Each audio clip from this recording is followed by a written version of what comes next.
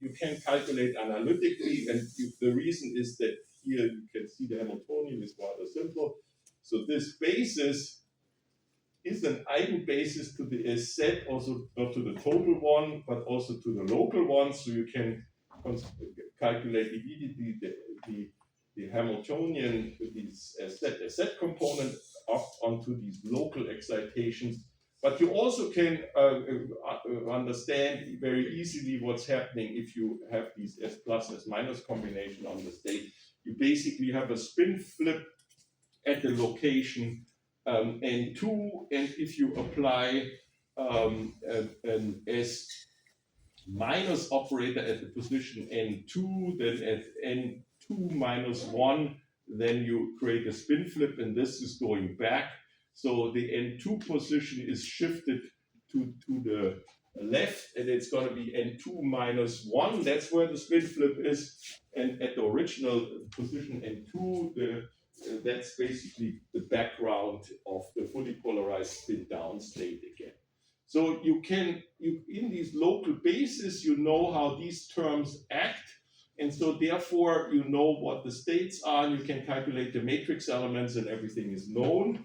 And so essentially what you get is a couple of equations for any arbitrary R for these Fs. That's what you get at the end of the day. And so if you work out then what we discussed already, you have basically these different cases. So for a general R, for the R equals 1, there's only one spin flip you need to take care of. You have a diagonal element and a propagation to the left and the right.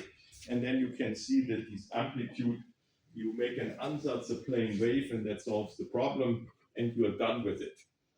For n equals 2, you need to make a distinction between, are these spin flips neighbors or are they apart?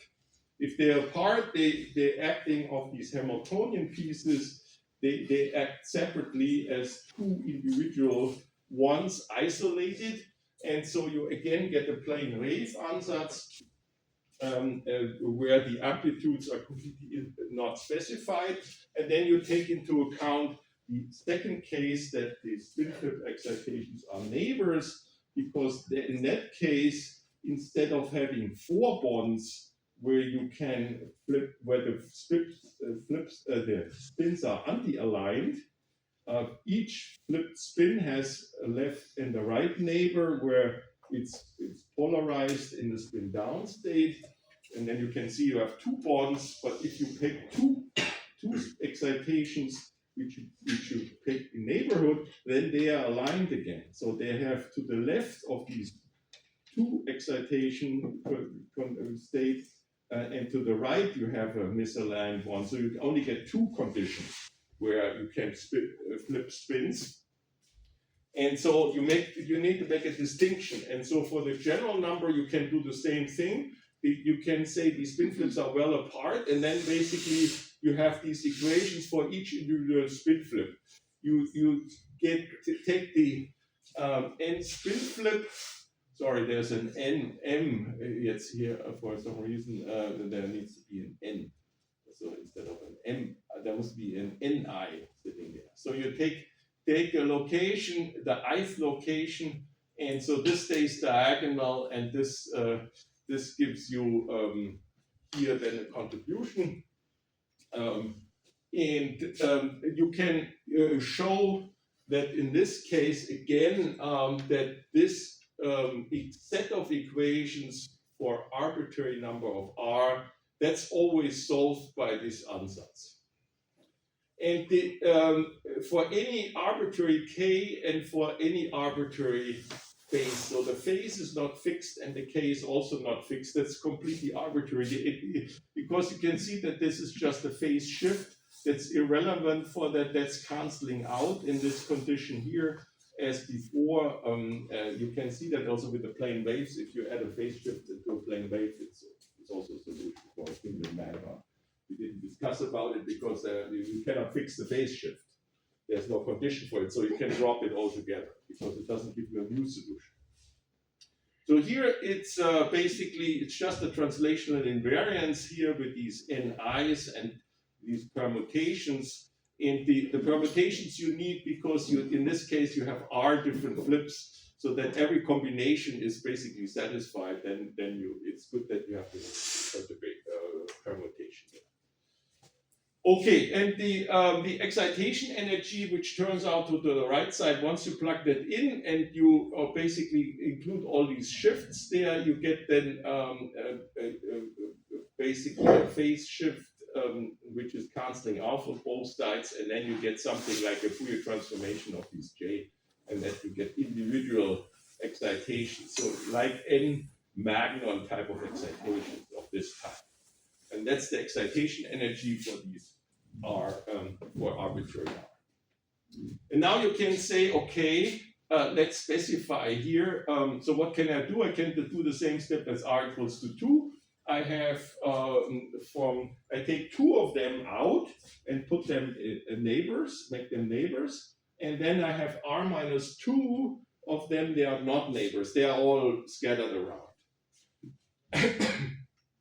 And so in this case, you can work out, here you pick up the neighbors. What you can work out is that you get a similar type of equations like in the R equals 2 case.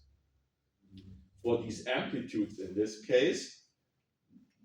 And so what you can do is you can again subtract that here, and then the left side cancels out. And so what you get additionally, you get an additional equation which is exactly identical to the case of R equals 2. This is this kind of equation which turns out. And so what Bethe now basically did an educated guess is he said, okay, once I have 2, I do that for all of them. I basically postulate that this equation is an additional equation which also holds for arbitrary R. And you can justify that by looking at picking out 2 neighboring one in a general eigenstate construction for larger numbers of R, and you can see that this condition pops out there for R equals 2. But the question is what happens if you have more than 2 spins which are neighboring spins. And so that's, and then does that still help? So, okay, so if you do an analysis properly with these putting in the ansatz, which I written down on the previous slide, you end up with the same equation. So that's not a surprise. You have the same conditions there, and you can see that's the same condition as R equals to 2, and you just pick up 2 amplitudes. You pick up the combination from K1 and K2, and then you can iterate that for any arbitrary. So in this case, we have neighboring K1 and K2, or N1 and N2 are neighbors. You get this one, and you can generalize that. So you get the condition, if you allow that for any arbitrary, basically 2 spin flips which are neighboring, so they have to be indices which are close by, you get these conditions, and then for any arbitrary combination. And therefore you get any arbitrary combination of the phase shifts. And then of course you can see what we discussed prior in our R equals 2 condition. I said already, if you take a phase shift for 1, 2, and you flip the particles, then the sign change, and you can see that if you flip 1 and 2, you can also flip K1 and K2, and you can see that on the left side there's a minus sign created, and then you basically get the same out. The phase is the same, but it picks up a negative sign, and that's what is always implicit. And that's why we have these R equals 2 ansatz where we have a phi halves and a minus phi halves in these 2 amplitudes. And that's basically by hand putting in this permutation, which if you analyze it more closely is already in the condition. So it's nothing which is really done by hand, it's actually included here. So now what we can do is the following. So here's, sorry, that's a little bit shifted. So this guy should be actually here. So the idea is now we go through 3 neighboring spin flips. So we have take an nk and nk plus 1 and nk minus 1.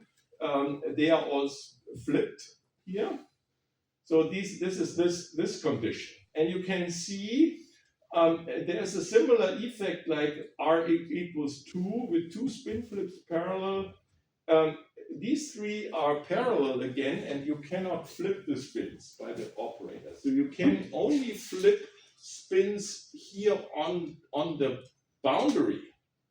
So basically what you again do, like in R equals 2, you move this excited spin to the left, or you move this one to the right. So you're fixed to 2 and not to arbitrary when you make them lump them up, and that's of course true if you have more than 3. So if you have these lumps of 4, 5, and so on. So it's always the number of spin flips you can do is only 2, and there's the dimensionality going in there, because you don't have a layer above and below like in 2 dimensions where you can basically flip in the other spatial dimension. Here's a very strong restriction because of the one-dimensional character, and so basically if you propagate spin flips, they cannot avoid each other. So they are either neighboring or not. So and so when you work out the Schrödinger equation, basically what you get there is you get this additional condition of this type here in this case, plus contributions from these other pieces, which I don't explicitly fill out there, but you can see that these are these kind of conditions where you either go to the left, so there's a nk minus 2, or you go to the right, but you go here on the right one, you go from nk plus 1 to nk plus 2, and that's the diagonal contribution, which we see. That's basically this one, but it's not the neighboring stuff here. And so the whole idea is now you do the same thing again as before, and basically again subtracting equation. And what do you get if you subtract that piece from the original one? It becomes a little bit more complicated. You get additional contributions there. And so this is all you get, but then you can see, okay, some stuff is identical, but it has different signs. So here's a minus sign. So this is canceling out. Here, these two are canceling out. These two are identical. They're canceling out. They have a minus sign. And then these two, these factor of 2, also have a minus sign there. So you end up with this type of condition there. And so the rest of it turns out that the equation you get out of it, because what you can see is here, it looks like that there's a nk plus 1, nk plus 1, and nk plus 1. So the third flip here, if we are only looking now at r equals to 3, that's why there is nothing else. So it's not the general case, but we're just looking at the r equals 3, how that works for this extreme condition. You can see that what I get there is, it looks like as if the third flip is not participating. And so I have this, and you can argue what's about this one. This is a kind of a strange one, where the spin flips are identical. You have to be, you are right. One may stumble over that. Because where does this expression come from? This comes from the general expression where we assume that they are all different. And Peter then argued, okay, if I have an ansatz and it solves the general equation for any arbitrary n, then I can also make them n identical. So there's no additional information, it's just the phase shift. So basically what Peter was arguing here in this case, this is not defined as an expansion coefficient. That doesn't exist as an expansion coefficient for the state, but it exists in terms of a function. I interpret the f as an amplitude function, and it depends on n1, n2, n3, and 4. And for that, I make an ansatz. And therefore, since it's a function, I can also put identical positions in there. This, I don't need this function at these points for the wave function, but I can use that information for fixing the phase shift in these functions. And so basically I liberate myself from restrictions there. So that's the basic idea. And the other thing, so what I wanted to point out there, if you liberate that, then you basically have a diagonal element, and that's basically a specialization of these beta condition which we had for n equals to 2. And so this one, which is remaining, is also 0 because of the because of the beta condition for 2 spin flips. And that's basically the main message. If you go then for r equals to 4, so what is the message here? The message here is that the r equals 3 case falls apart, and you get canceling out contributions, plus you left something which is solved by imposing the condition for r equals 2 for 2 neighboring spin flips. And that implies that basically these what you need as an amplitude condition for 3 parallel spin flips is identical to the one with 2 parallel spin flips. And the message is basically that they factorize, essentially.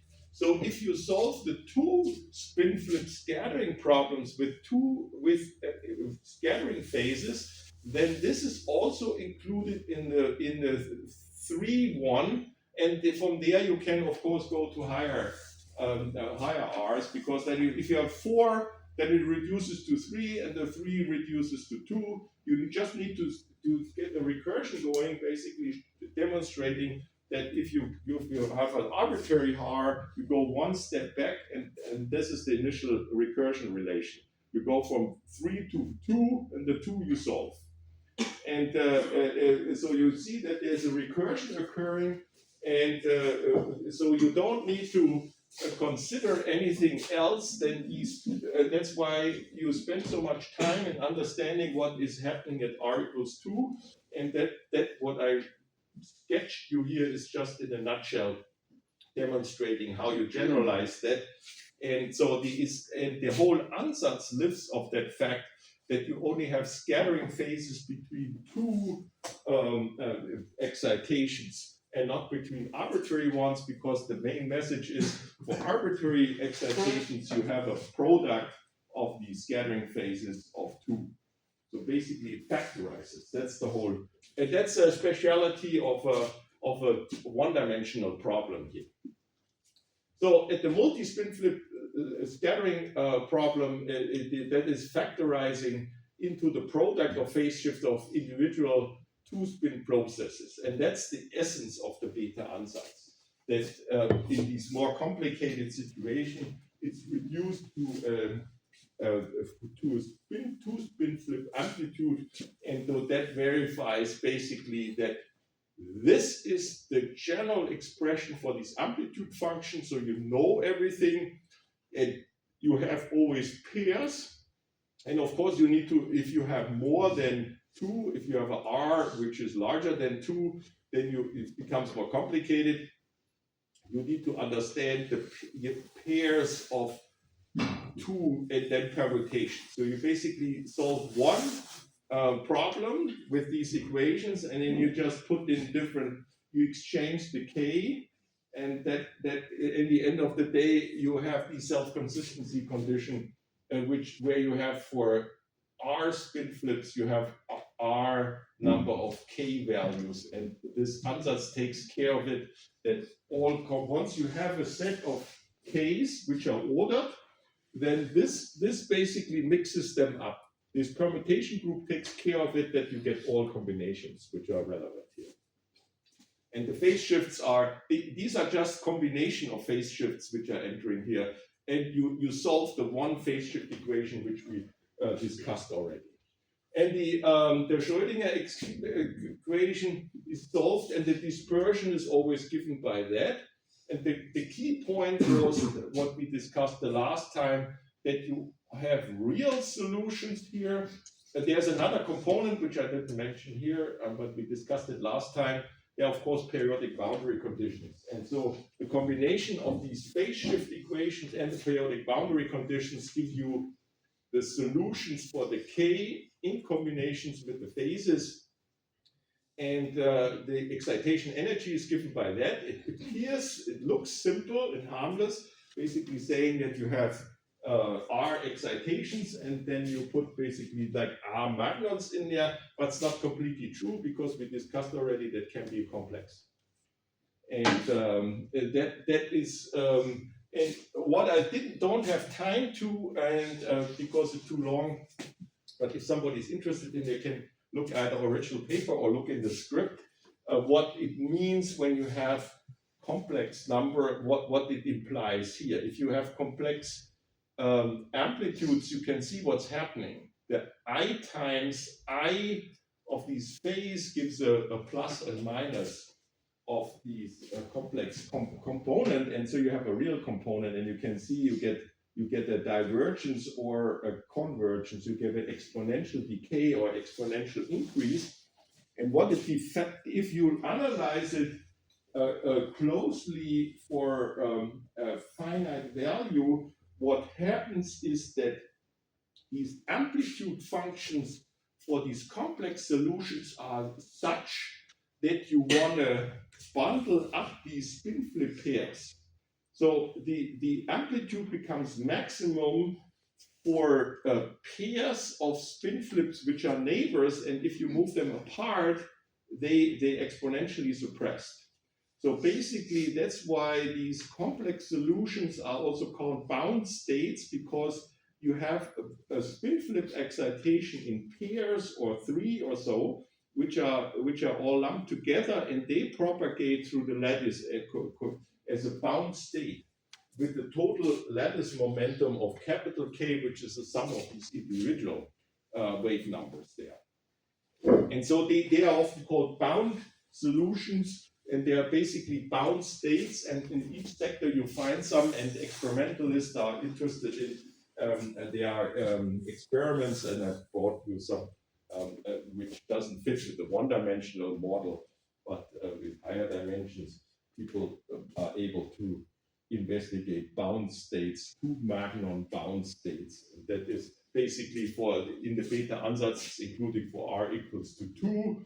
They have these bound states, and they are categorized by these K1 equals K2 star, and you have these complex conjugated complex K values where the real component, the sum of the real numbers, give you then the total momenta. You can see the real total momenta is the same, and they are split apart. So they these solutions try to avoid these phase shift at the point where K1 equals K2. And but intrinsically, what they want is that these spin excitations are lumped together and they move collectively through the lattice. So this is the bound state. And you can generalize that to arbitrary a number of spin flips. And that's basically it. What you can do is, which I don't have time to discuss, you can, again, for a larger R, you can count the states, and interestingly, what turns out, the so-called free excitations, which are labeled as individual magnons, they become less and less. So the more spin flips you have, the more these kind of bound states dominate there. And the reason is kind of obvious, that you have more excitations in the system, and more excitations can talk to each other. You have much more scattering, and you can avoid the scattering by lumping them together. So in the multi-magnons are solutions, but the number of solutions which dominate these two magnon subspace becomes less dominant in larger numbers of spin flip R which you introduce. And these bound states become the dominating number of states there. So that's just a without any proof. And that's all I want to say. I mean, you can do talk about another 2 weeks about this, but that's not the purpose. The purpose is just to get a basic understanding and take you the fear of these funky name of a beta ansatz. And it's basically a plane wave plus phase shifts. And the main message is it works because these multi-scattering processes factorize in products of two scattering processes, and that's what's encoded in here. Okay, so this is it. Now we come to a new subject, lattice vibrations and phonons. And basically what we want to do now is we're going to step back and remember what we've done in some lecture. I think it was lecture number 6, if at least there's some transparency, I hope that's correct, where we discussed about the Born-Oppenheimer approximation, where at first in leading order kappa to the power of 0, remember kappa to the power of 4 was given by the ratio of the electron mass divided by some sort of an average nuclear mass in the problem. And if you go to order kappa to the power of 0, so basically any kinds of kappa terms, if you ignore that, it leads to basically a frozen nuclei at some frozen lattice positions, and you solve the purely electronic problem by taking into account the electrostatic potential from the electrons and the nuclei amongst the repulsion there, the attraction, and of course the electron-electron repulsion. And then you get a solution, and then you can look at the ground state, and then of course you can say, okay, now I change the position of the nuclei and wiggle around a bit, and look where I get a minimum, and I get an absolute minimum. And when I have that, the question is whether you can do that technically. That's another thing, how do you do it, but basically in principle you can write it down. It's a minimization problem. And then you can say, okay, so what's the corrections? Now, what is corrections in the fundamental Hamiltonian? That was, we threw away the kinetic energy term for the nuclei. So that's what we threw away. So basically switch that on, and basically means that we can now displace the nuclei. But since the nuclei are frozen in this landscape of electronic ground state energies at the lowest point, so every time I move any nuclei, the energy goes up if I instantaneously solve the Schrödinger equation for the electrons. So basically what I can say is I can describe the dynamics of the nuclei by adding a potential term of to the kinetic energy, and the potential term stems from these ground state or excited state. If I want to make it more complicated in life, I can also do the electronic states and do an excited state, but as we do a ground state to begin with, we can say we expand that in the nuclear positions, because there's this coupling between the two subsystems, and then I know in linear order it's 0, because that's the definition of a minimum. And so I know if I expand that, the leading order is quadratic, and that's what's given here. So I have the kinetic energy of the nuclei, and I have a potential energy, and that's the quadratic term. There is some offset which I include into the ground state energy of the system, and then I have some anharmonic parts, and you can see that I can lump all that one. This is given if I take the electrons always in their ground state configuration. That's the ground state energy at the minimum position subtracted from the instantaneous ground state energy given some set of nuclear coordinate rj here. And this is the potential, and I expand that.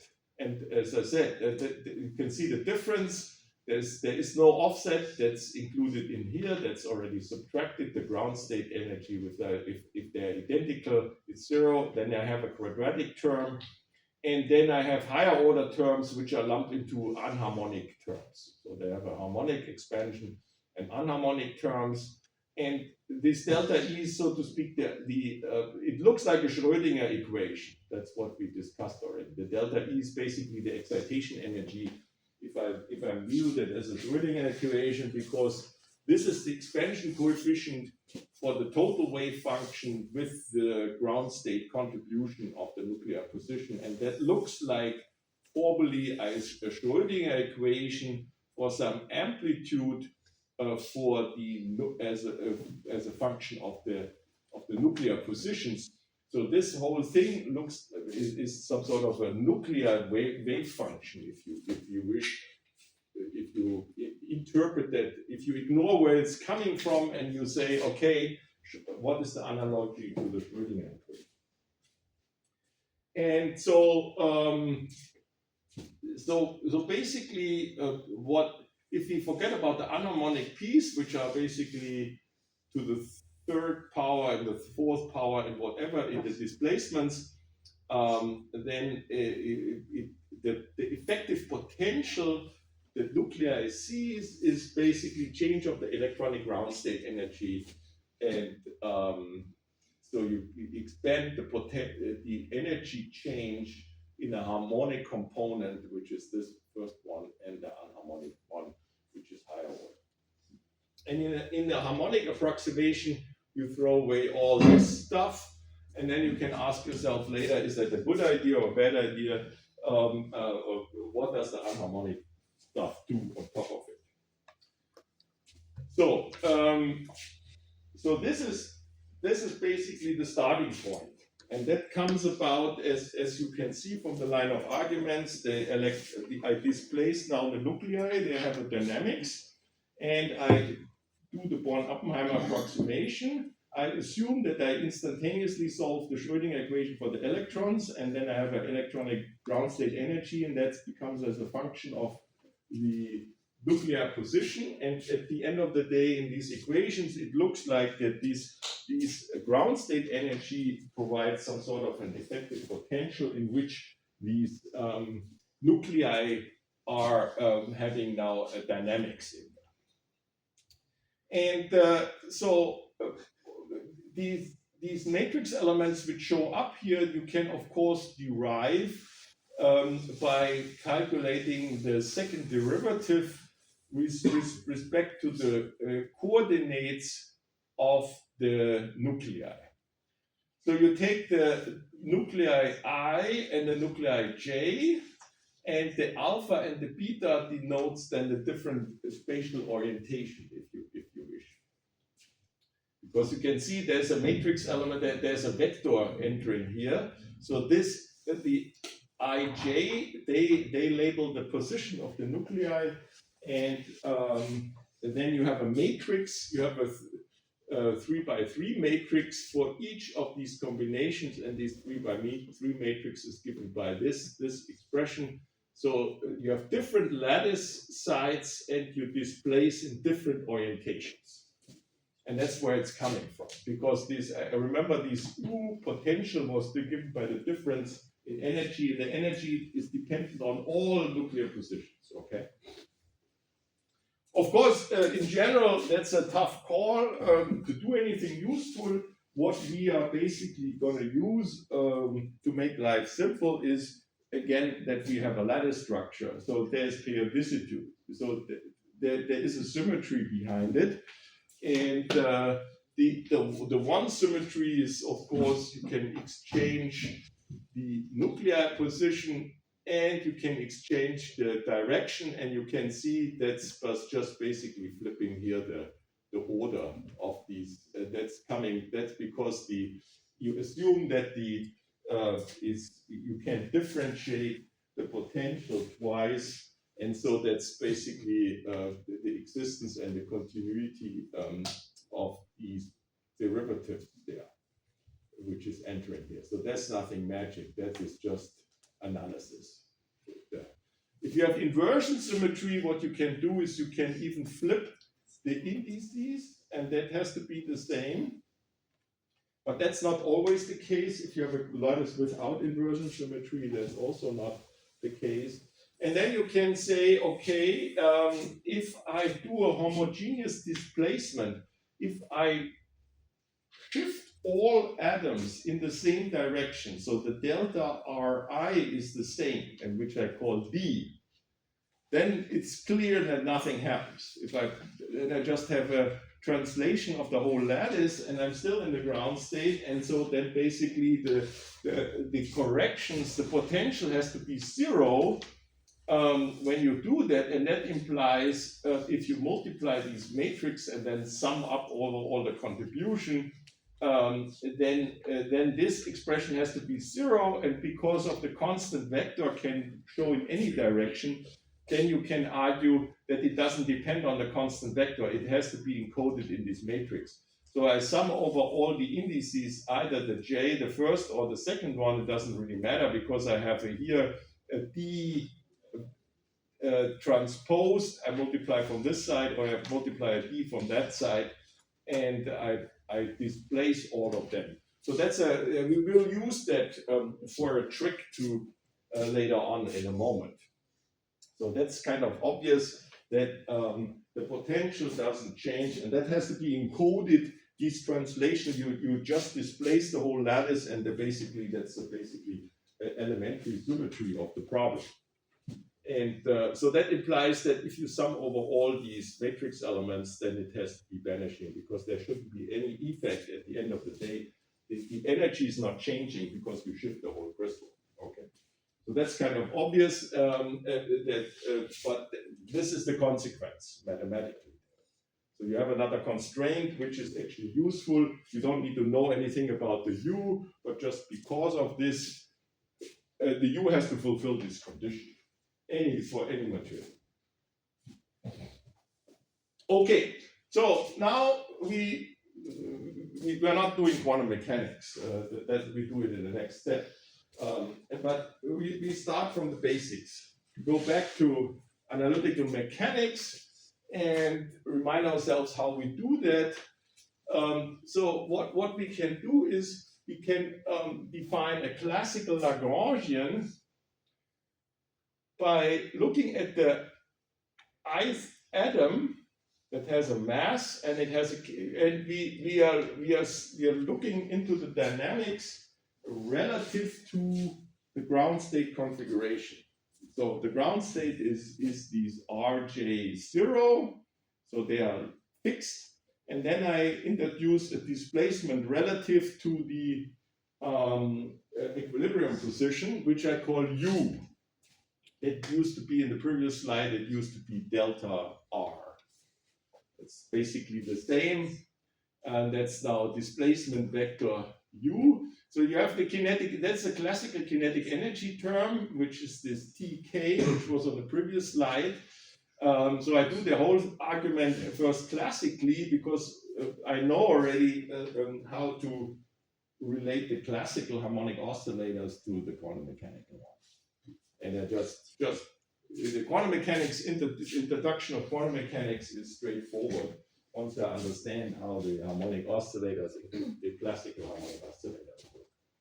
And that's you can see that it's basically a complicated coupled harmonic oscillator, but it's actually many oscillators here. That's what's embedded in here, and that's what we're going to reveal first on this classical Lagrangian, and the quantum mechanics is a one-to-one correspondence. So just read it off.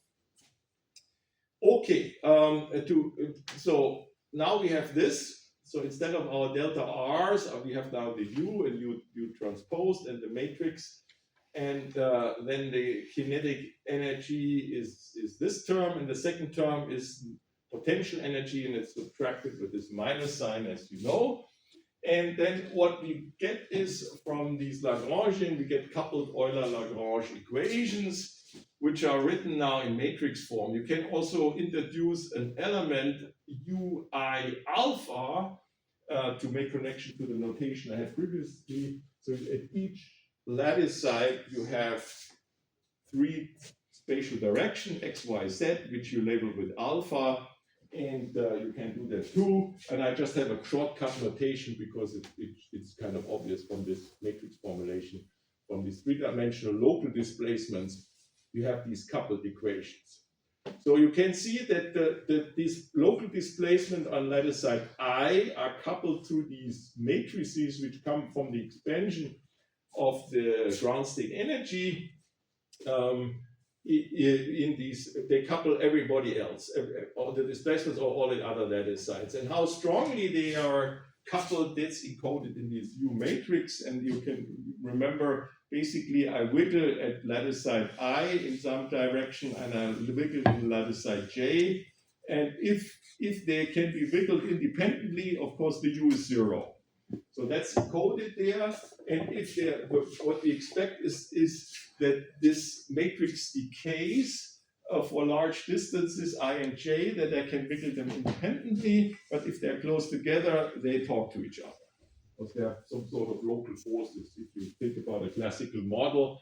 And these kind of local force models, by the way, that's what the biophysics people use for protein folding or so on. They have some sort of a nearest neighbor, a classical model. So the protein folding is just classical physics, there's no quantum mechanics. And that relies basically doing some sort of a coupled Newton's equation, which you can write down as in the same way as I've written down here. And these potentials are encoded then here in these matrix elements, essentially. So again, we have a periodic crystal. We again do the same thing as with the electrons, and we do again these irreversible representation of the translational group. And so what we do, we make an ansatz. It's again a plane wave. It's not surprising, and the only thing which is adding to it, yeah, we do the same thing. I mean, there's energy conservation.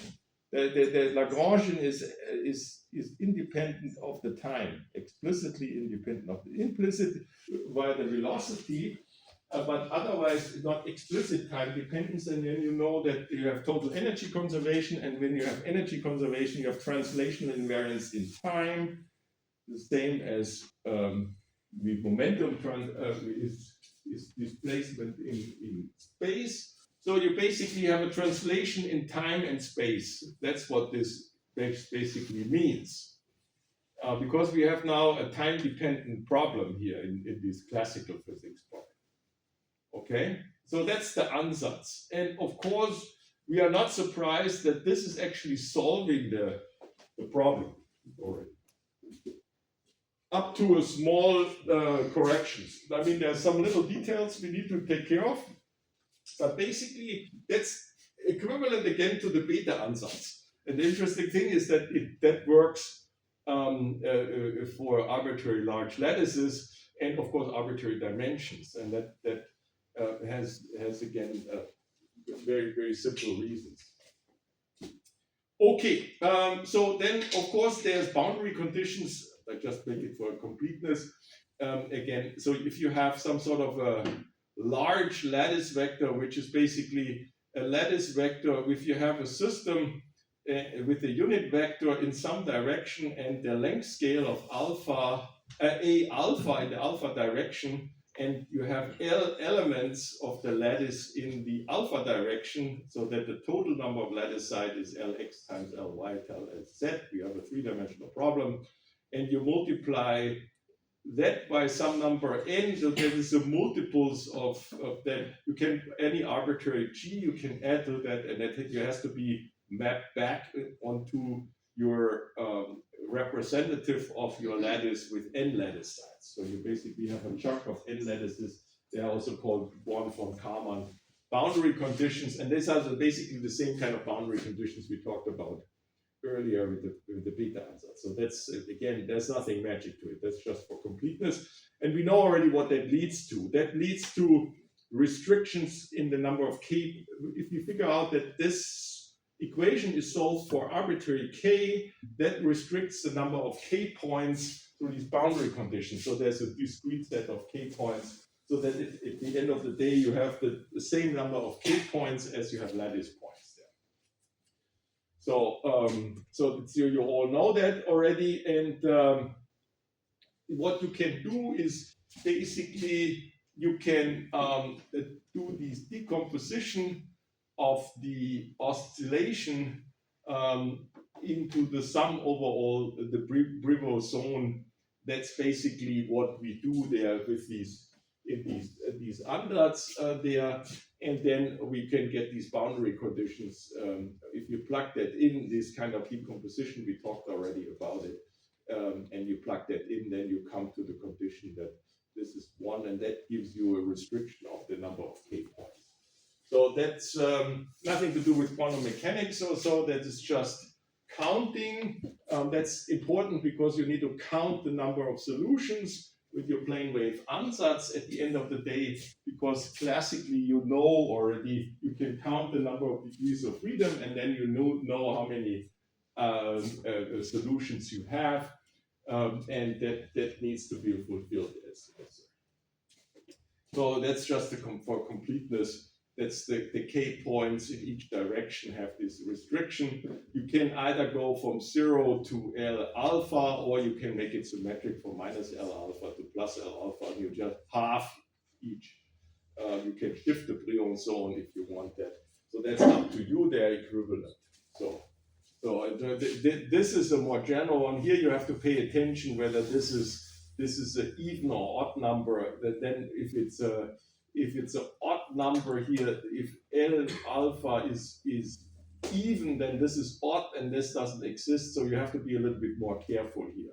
So this is very sloppily written. So this always works, and with the shift with even and odd, you have to be a little bit more paying attention. Okay, so the point is now we do step by step to understand and count these solutions. We discussed already that if I have a lattice, then I have a unit cell, and in the unit cell I can put a lot of stuff in there. And to make life simple, I put only one atom in this unit cell.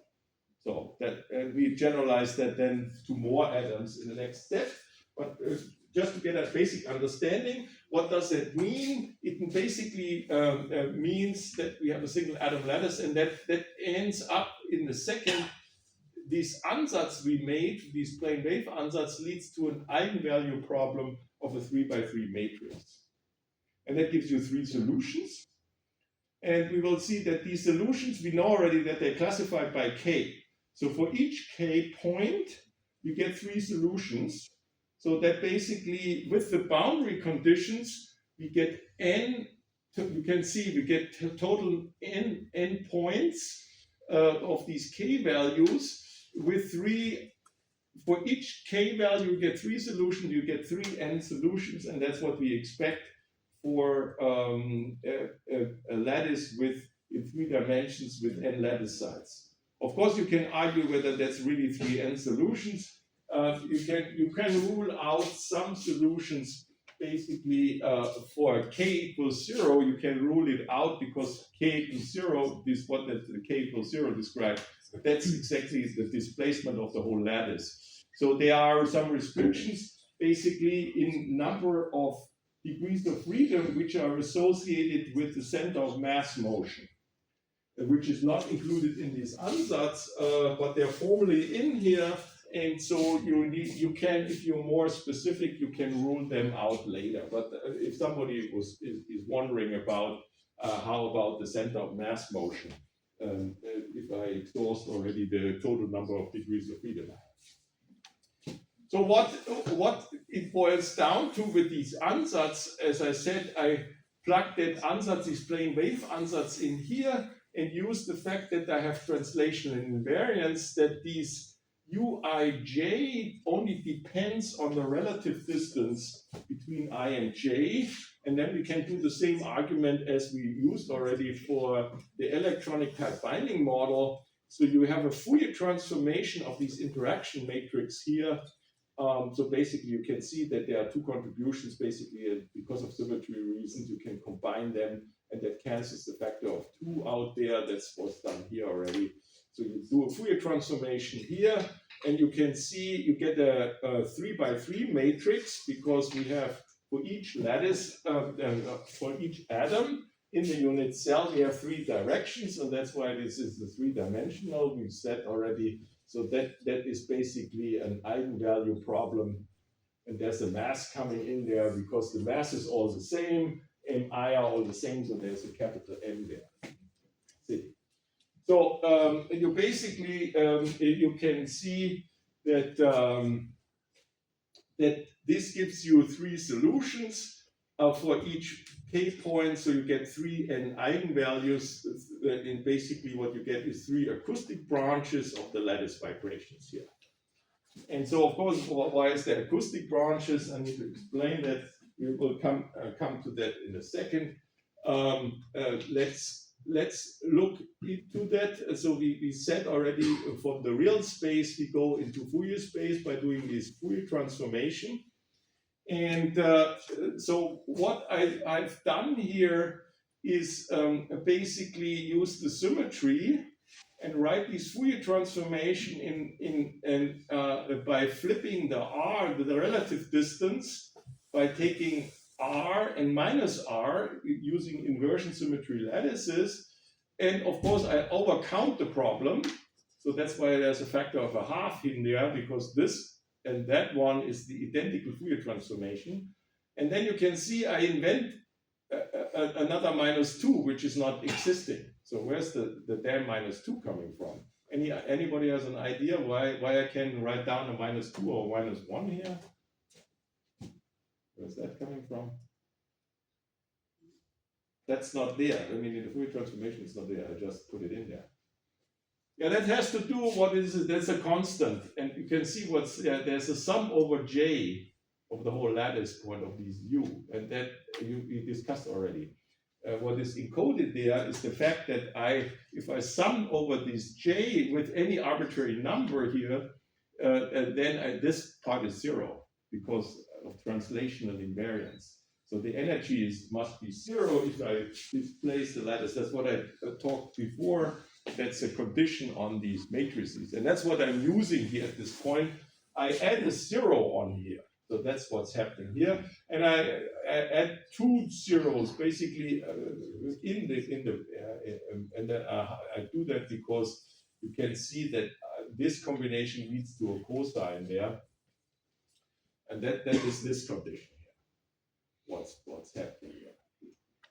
And then if you massage that, you reorganize that here, so you get a factor of 2. You can pull out from the code that cancels the prefactor, and that gives you 2 times this matrix element here, and you sum over all the j's here. And anyway, one has to think about it a little bit. One can work that out in the exercise, and one can work out that these matrix elements are negative. And so basically, this D matrix is going to be positive. So, but that's what you want, because in this eigenvalue equation of these harmonic oscillators, you have an omega squared, and the omega squared, you want the omega squared, you want at the end of the day. It has to be a positive number, so that needs to be symmetric and has positive eigenvalues. But you can analyze it in detail why that has to be positive.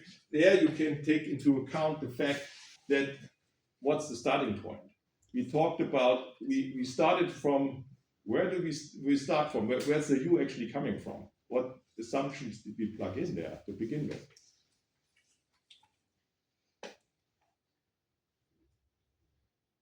We started from the equilibrium position.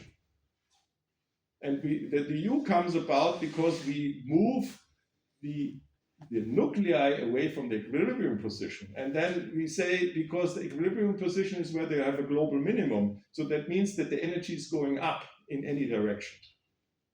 And it's going up quadratically. And so that means that in order to go up quadratically, the spectrum, the eigenvalues of these U matrices has to be positive, because the parabola has to open up. There has to be energy has to increase. So you can see that you don't have to do anything, just from the assumptions you know that the eigenvalues of these Fourier transformation must be positive numbers. Otherwise, it violates the condition that which I started off with, that I'm starting from a global minimum of the problem. So one can worry about it from mathematical point of view, but then you can see where is the information encoded. That's basically, you can see that there has to be positive numbers, so this is negative, and you can work out the details also, that's negative. So essentially what we get here is we get some eigenvalues, which I call gamma lambda, so I get 3 eigenvalues here, and 3 eigenvectors, and then I need to get rid of the mass. I absorb the mass. If you wish, then this is some sort of coupling constant of a harmonic oscillator, Fourier transformation of a harmonic oscillator. And so this is the omega squared equals k divided by m in a classical single oscillator with a Hooke's law, which has a constant k then from.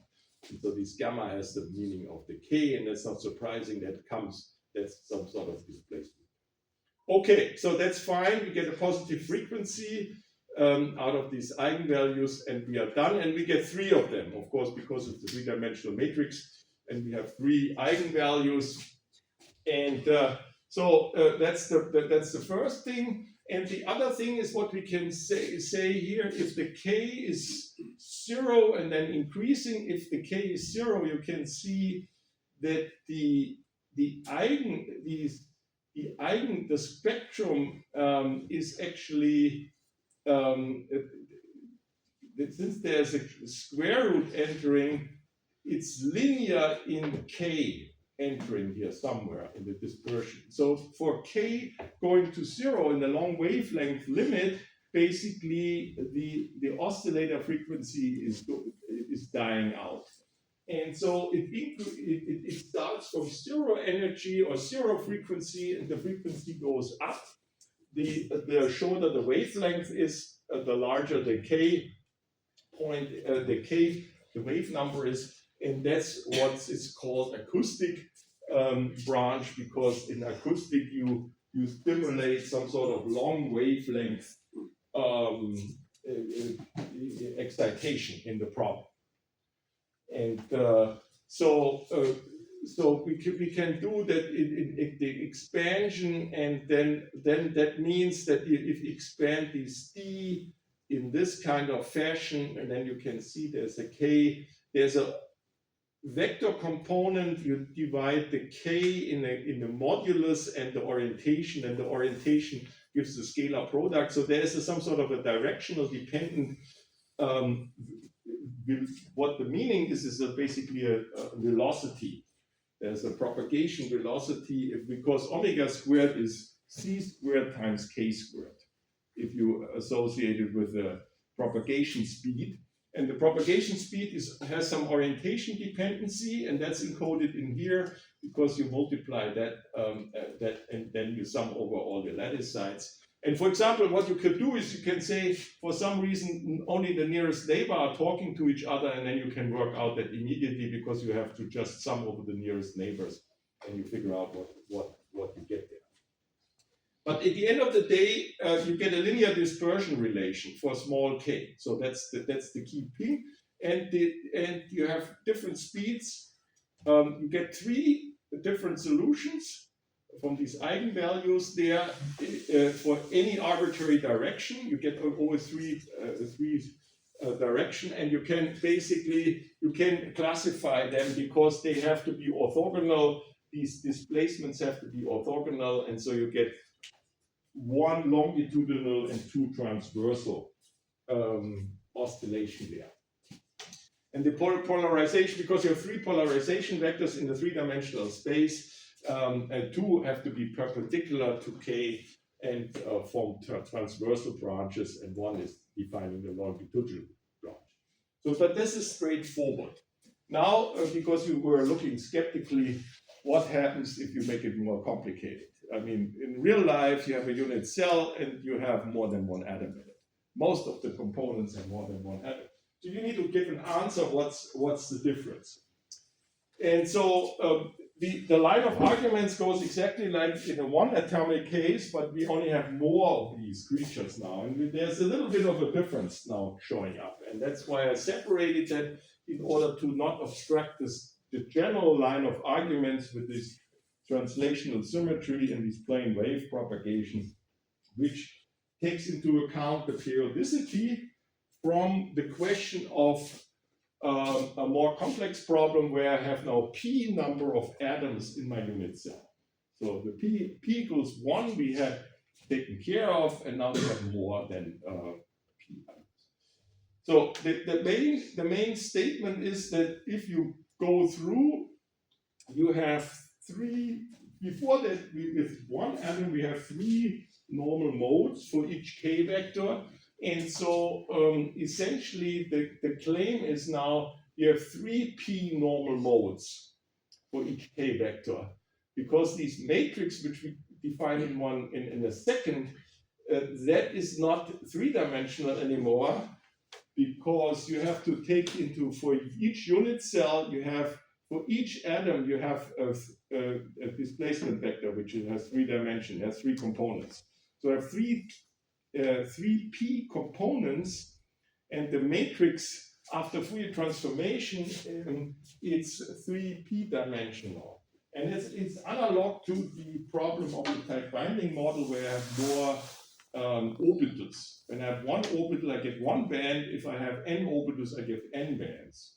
And here I have 3 displacements per atom, and so I get 3p modes for each k point.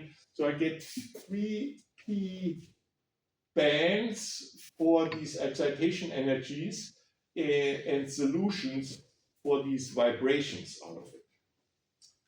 Okay, so that's so what we now, in order to confuse you a little bit, I changed my notation because I run out of the ideas how to label them. The index alpha, which we had before, was a spatial index x, y, z. Now I abuse this alpha and recycle that index and count the atoms in the unit cell. So I label the first one, second, and so on with these different alphas.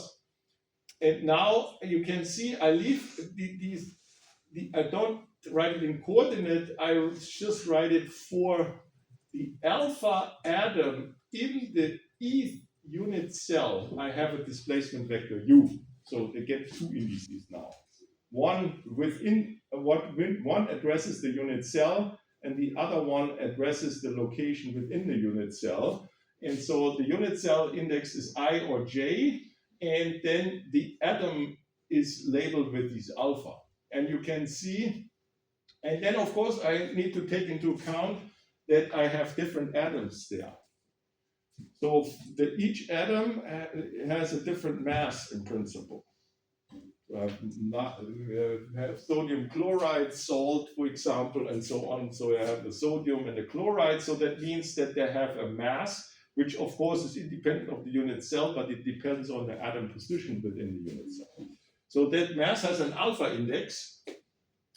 And I can do the same thing here. This is a 3x3 matrix. I fix the unit cell and the atom. Basically, these pair of indices define me which atom I correlate with what atom, and then I wiggle the 3 orientations for these atom, and that gives me a 3x3 matrix. So this is still a 3x3 matrix, but the indices are double here. And so this is what I get out of the Euler-Lagrange equation. So that's the classical equation of motion. And so the only thing what obviously needs to be taken care of, so since these different displacements, they are associated with different atoms, and the mass has to be taken into account. So what I'm going to do here is in this ansatz, which looks exactly like the ansatz before, I put in here a square root of the mass in the displacement. So I have a plane wave again, and the plane wave only depends on the unit cell. That gives me a phase factor. And then I have a displacement, generic displacement vector, but this displacement vector is depending on alpha. So each atom in the unit cell gets their own displacement, and the periodicity is that, of course, if the solution is in K-space, so this is basically the Fourier transform of the whole thing. And then I take the alpha atom has the mass m alpha, and I put this renormalization of these unit vector in there. And the amplitude I can ignore because you can see, since it's a linear equation, if I double the amplitude, it's also a solution. So there's nothing new. Okay, so that's what I plug in here, and ignore the real part. Then I can do that at the very end. So I get this expression, and plugging that in here, and you can see again that if I want to pull out and cancel this factor, the frequency is canceling out anyway. And but if I cancel this exponential here, then the relative distance emerges naturally, and you can see, and then I can say, oh, these m on the left, on the right side, I put, sorry, that's the same equation. Can still wiggle around here. So I put the masses on this side. And you can see what this is again. So since we know that these expansion of the potential only depends on the relative distance, this is again a Fourier transformation of these relative distances here. But of course, there is a substructure to it because the alpha atom talks to the beta atom in the K-space. So essentially, this is the set of 3 by 3 matrices. There are blocks of 3 by 3 matrices in a 3p times 3p dimensional space. That's basically sums it up here. So you get 3 times 3-dimensional subblocks of these Fourier transform matrix here in fixing the 2 atomic positions, and we get this expression. So this is a generalization, and of course the total problem, since everybody talks to everybody else, this pumps up, this produces you a matrix structure. These 3 by 3 blocks form then a p times phi dimensional matrix, and each matrix element is a 3 by 3 block. And that takes into account that I have a displacement in all 3 directions. Okay, so that's the, I mean, it looks complicated to begin with, but it is basically a generalization. And if you count that each atom has 3 spatial directions, it can be displaced, then obviously you have 3p degrees of freedom there in this unit cell where you can make displacements, and that's what you get here. Okay, so you can define, formally you can define a supervector by taking these individual replacements and then put them all together. So I have a 3p dimensional supervector. These are these epsilon tildes, which are coupled through these matrix tilde, and that matrix is the 3p cross 3p dimensional matrix, and that's formed by these blocks. And you can see, you can assemble them, you can identify these blocks so you understand what they mean, but formally it's basically just a bigger matrix diagonalization problem. And so at the end of the day, you get more solutions out. You get 3p different solutions. And if you look closely, it can be, because of these Fourier transformation here and these location differences, that these vectors can be complex. They can, and so and the reason is that there is a phase relation, which makes sense. If you have if you basically make a unit cell artificially bigger and put two atoms in a unit cell of 1. Then you can see if you have a plane wave in one problem, then there's a phase relation between the 2, and that's encoded in the complexness of these eigenvectors here. So that can happen, but you just have a complex matrix and you get complex eigenvectors here, and they are orthogonal in this sense. And that's the condition here, which you have there. And so you get, again, the polarization vectors can be chosen that that P of these vectors define the longitudinal branch, and two P vectors define the transversal branches. And so of them, three modes, one of the longitudinals and two transversal ones are again denoted the acoustic branch, and they are defined by the eigenfrequencies for k going to 0. The frequencies are disappearing linearly with the wave vector k. So that's the classification, and you get only three of them. So it is the same amount as before. And why is that? Basically, what the acoustic branch does, if you think about it, in the long wavelength thing, that why is the energy excitation vanishing? That has to be related to the fact that if you go to the long wavelength limit, basically k equals 0, and we discussed that already, implies that you make a translation of the total lattice. And that doesn't cost any energy. However, and that's basically the same as if you have one atom or many atoms in the, so they are phase coherent. So they translate all the atoms coherently. So that's one type of excitation. And then you can see all the other excitations is where the atoms in the unit cell are moving against each other. You can imagine that how that works is imagining the unit cell, you cut out the unit cell, take out the atoms and declare them as a molecule. And you interpret the complex unit cell as some sort of crystallization of your molecule. And then you can ask what are the oscillations of a molecule, and translational invariance is taken out. That's in these acoustic branches are in there, included there.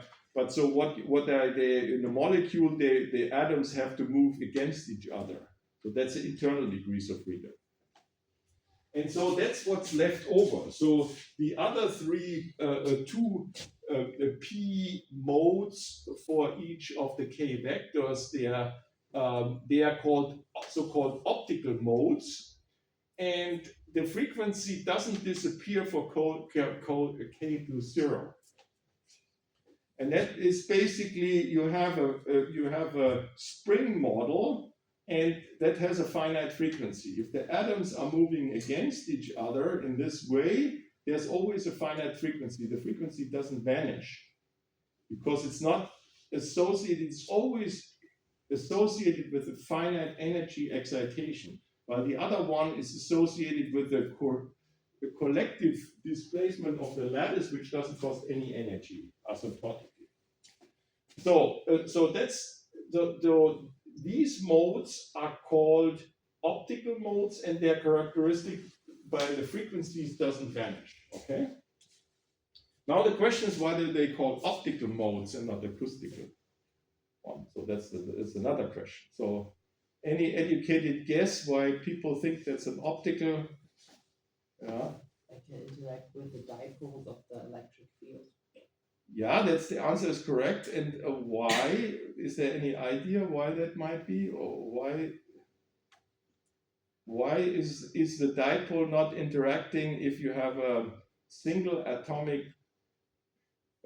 base unit cell, you have a periodic structure, and then you call them acoustic because there's no optical phonons, optical vibrations, yeah. So you make a simple, yeah. Let us know what you mean with your. I mean, I did this visualization because I'm not sure how to put it in words, but I think if you have two different atoms in the unit cell, they can oscillate. In opposite motion. That is true. Direction. But the question is, why does light couple to that? So it's completely correct what you're saying, and I was visualizing that already. So yeah, you have an idea. If I remember it right, it was like phase. They oscillate in phase, or not in phase, like one atom here, one here, and it moves like Yeah, why this. do they move not in phase? And this motion is coupled to light. So that's the question. That's a very. So do you have an idea? I think electromagnetically, if they're moving out of phase, there is a dipole, and the light coupled to the dipole. Exactly. So there's a dipole, and the reason is typically if they are different atoms, they have different charge distributions.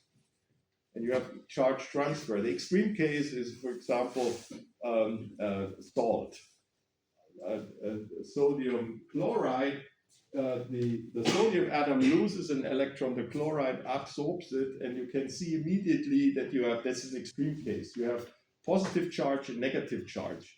And if you have an electric field, even in the long wavelength limit, the constant electric field pushes one atom in one direction and the other atom in the other direction if there's a dipole between them. And that's typically the case because you have from a neutral atom, because of chemical bonding, you suck, some atom sucks up some electrons, and so you get an imbalance in charge. So it's averaging out over the lattice, of course, but locally it's imbalancing, and if you have a finite electric field, it couples to it.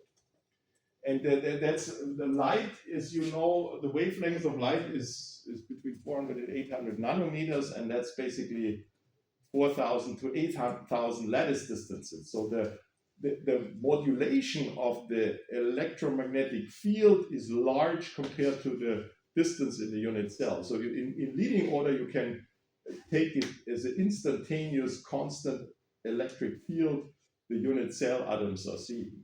And since they're different different atoms, typically they have a dipole moment, and therefore they can couple to it. And of course, it depends on the detail whether they have a dipole in this direction or that, how strong the coupling is. But in principle, it has the potential to coupling in it, and that's why they are called optical modes, because the electromagnetic waves couple to these modes, while the other ones are making sound waves, the propagation, they are responsible. That's why they're called acoustic. Yeah. Okay, 5 minutes. I will just sketch it. We will do an exercise on that problem. You should do that yourself and go through that in detail. The simplest problem to illustrate these points is you have a one-dimensional problem with two atomic bases. So I have a black atom which sits here and a white atom which sits here, and the lattice distance is A, and here the distance between the black and the white in this direction is D, just to get some numbers on there. And I have a classical potential. I can write it down basically. I can say, okay, I have relative displacements and I have two constants basically going to the left and going to the right here, and I have a lattice 1 and 2. So this is the alpha index, and I have a unit cell. That's the G within the unit cell. So this is between the black and the white in this way, and then I have between the white and the black. This is the K. That's the K and G. Yeah. So that's the potential. I can write it down, and then I can work out the matrix, basically. I get these potential in the general form there, and then I can sort it out, and I can identify and do a Fourier transformation with the different masses, and that's what I get. And you can see because of these relative distances, if you look into the details with this Fourier transformation, there are phase factors entering in that. That's why the matrix is the Hermitian, but it's complex, and that produces you the complex phases I talked about. That's encoding it there, which you didn't see in the previous slides where I did it on an abstract level. But these lattice dispositions, there is some phase factor in there. So you will do the exercise, but that's basically straightforward. You can have a 2x2 problem. You do the formula how to solve a 2 by a root problem, and that is this is what you get out. You get basically a center of gravity, and then you have a plus minus, and you can see everything is real. That's fine.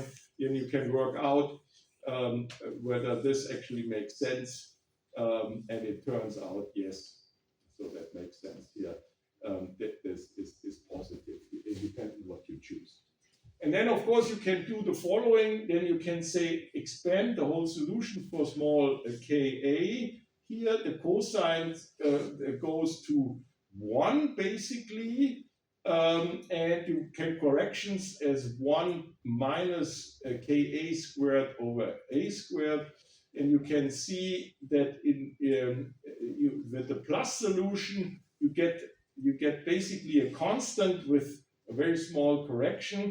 And with the minus solution, so this and the leading order term is canceling out, and you get a 1 minus cosine of 1 minus x squared correction, which is then giving you with the minus sign up front a positive term, and you get for the minus branch you get an omega squared, which is positive. You get some positive numbers here.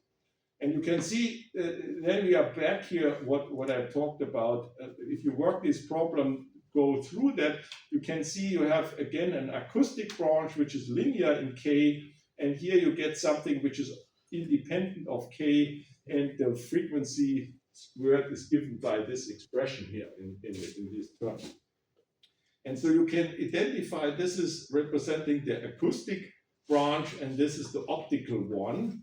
And of course, you can work out then the details by looking at the eigenvectors and what they mean, and that they really describe opposite motion.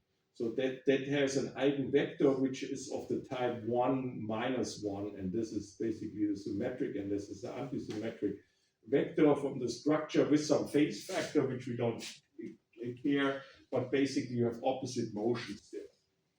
And so you can illustrate, you can learn that on this very simple example, because everything is basically 2x2 problem, and that's straightforward. And we will probably make an exercise out of it, so you can actually work out the details here. So what else do I have? Yeah, the eigenvectors. You can work out that there's a phase factor. It's complex, and if there's a phase, there's a negative, there's a minus sign, is a opposite motion. There's a phase shift, a relative. That's this wave propagation, which I said, but you have a general tendency for opposite motion, or in the same way. And you can work out the phase shifts from these matrices. That's with these complex phases there, which is entering there. There's a phase entering. Anyway, so this is it. We will design an exercise